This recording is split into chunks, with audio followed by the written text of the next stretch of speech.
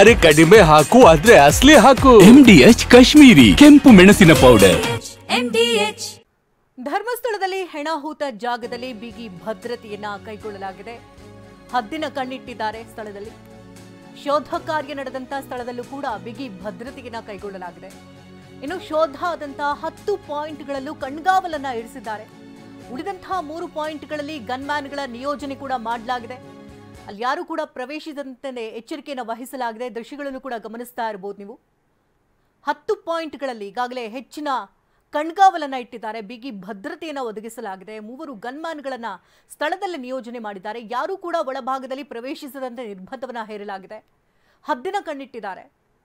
ಸೂಕ್ಷ್ಮ ಪ್ರದೇಶ ಆಗಿರೋದ್ರಿಂದಾಗಿ ಹೆಚ್ಚಿನ ಭದ್ರತೆಯನ್ನು ಈಗಾಗಲೇ ಕೈಗೊಳ್ಳಲಾಗಿದೆ.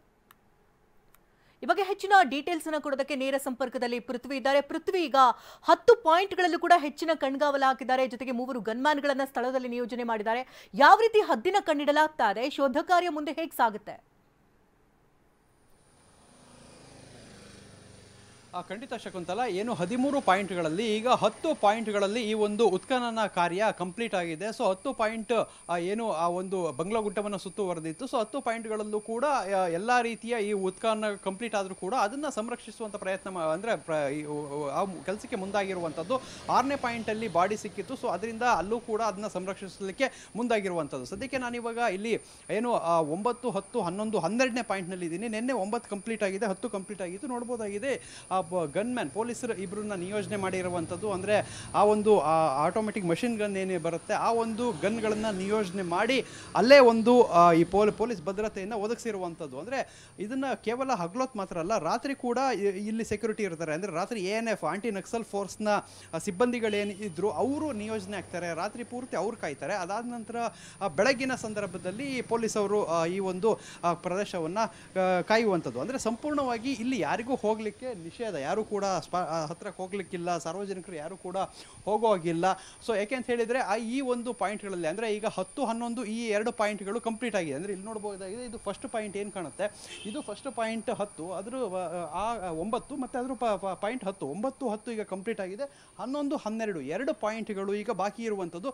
ಇವತ್ತು ಭಾನುವಾರ ಆದ್ದರಿಂದ ಸದ್ಯಕ್ಕೆ ಏನು ಕಂದಾಯ ಅಧಿಕಾರಿಗಳು, AC ಇರ್ಬೋದು, ವಿವಿಧ ಫೊರೆನ್ಸಿಕ್ ತಜ್ಞರು ಮತ್ತು ವೈದ್ಯರು, ಬೇರೆ ಬೇರೆ ಸಿಬ್ಬಂದಿಗಳಿಗೆ ಇವತ್ತು ಭಾನುವಾರ ರಜೆ ಇರೋದ್ರಿಂದ ಸದ್ಯಕ್ಕೆ ಇವತ್ತು ಕಾರ್ಯಾಚರಣೆಗೆ ಬ್ರೇಕ್ ಕೊಡಲಾಗಿದೆ. ಅವರಿಗೆಲ್ಲರೂ ಕೂಡ ರಜೆ ಕೊಡಲಾಗಿದೆ. ಆದರೆ ಪೊಲೀಸರು ಅವ್ರ ಡ್ಯೂಟಿಯನ್ನು ಅವರು ಕಂಟಿನ್ಯೂ ಮಾಡಿದ್ದಾರೆ. ಇದರಲ್ಲಿ ಉತ್ಖನನಕ್ಕೆ ಮಾತ್ರ ರಜೆ ಇರುವಂಥದ್ದು. ಇದರ ಭದ್ರತೆ ಮತ್ತು ತನಿಖಾ ಹಂತಗಳೇನೇನಿದೆ ಅದು ಕೂಡ ಎಲ್ಲ ರೀತಿಯಲ್ಲಿ ನಡೀತಾ ಇರೋವಂಥದ್ದು. ಸದ್ಯಕ್ಕೆ ಇವತ್ತು ಅಂದರೆ ಇವತ್ತೇನು ಬ್ರೇಕ್ನ ನಂತರ ನಾಳೆ ಈ ಒಂದು ಉತ್ಖನನ ಕಾರ್ಯ ಕಂಟಿನ್ಯೂ ಆಗುತ್ತೆ. ನಾಳೆ ಏನು ಈಗ ಬಾಕಿ ಇರುವಂತಹ 11, 12 ಪಾಯಿಂಟ್ ಆರಂಭ ಆಗುತ್ತೆ. ಅಂದರೆ 11ನೇ ಪಾಯಿಂಟಿಂದ ನಾಳೆ ಆರಂಭ ಮಾಡ್ತಾರೆ. 12 ಮತ್ತು 13 ನಾಳೆ 3 ಪಾಯಿಂಟ್ ಇರುವಂಥದ್ದು. 3 ಪಾಯಿಂಟ್ ಕಂಪ್ಲೀಟ್ ಆಗುತ್ತಾ ಇಲ್ಲ 1 ಪಾಯಿಂಟ್ ಕಂಪ್ಲೀಟ್ ಆಗುತ್ತಾ ಅನ್ನೋದನ್ನು ನಾಳೆ ನೋಡಬೇಕಾಗಿದೆ. ಯಾಕೆಂತ ಹೇಳಿದರೆ ನಾಳೆ ಆ ಒಂದು ಏನು ಆರಂಭಿಸ್ತಾರೆ 11ನೇ ಪಾಯಿಂಟ್ನಲ್ಲಿ ಏನಾದರೂ ಮೂಳೆಗಳು, ಅಸ್ಥಿಪಂಜರ ಸಿಗ್ತಾ ಹೋದರೆ ಅದನ್ನು ಆ ಒಂದು ಇಡೀ ದಿನ ಅದೇ 1 ಪಾಯಿಂಟ್ ಆಗುತ್ತೆ. ಸೊ ಅಲ್ಲೇನಾದರೂ ಯಾವುದು ಸಿಗಲಿಲ್ಲ ಅಂತ ಹೇಳಿದರೆ 12 ಮತ್ತು 13ನೇ ಪಾಯಿಂಟಿಗೆ ಮೂವ್ ಆಗ್ತಾರೆ. ಸೊ ಅಲ್ಲಿಗೆ ಒಟ್ಟ 13 ಪಾಯಿಂಟ್ಗಳು ಆದ ಏನು ಅನಾಮಿಕ ದೂರದಾರ ತೋರಿಸಿರುವಂಥ 13 ಪಾಯಿಂಟ್ಗಳು ಕೂಡ ಅಲ್ಲಿಗೆ ಎಂಡ್ ಆಗುತ್ತೆ.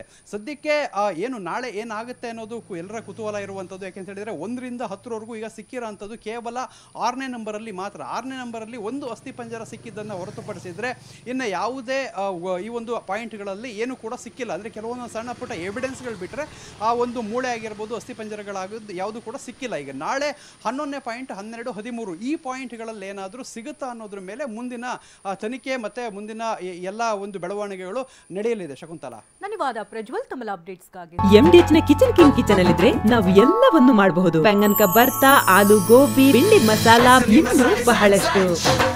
MDH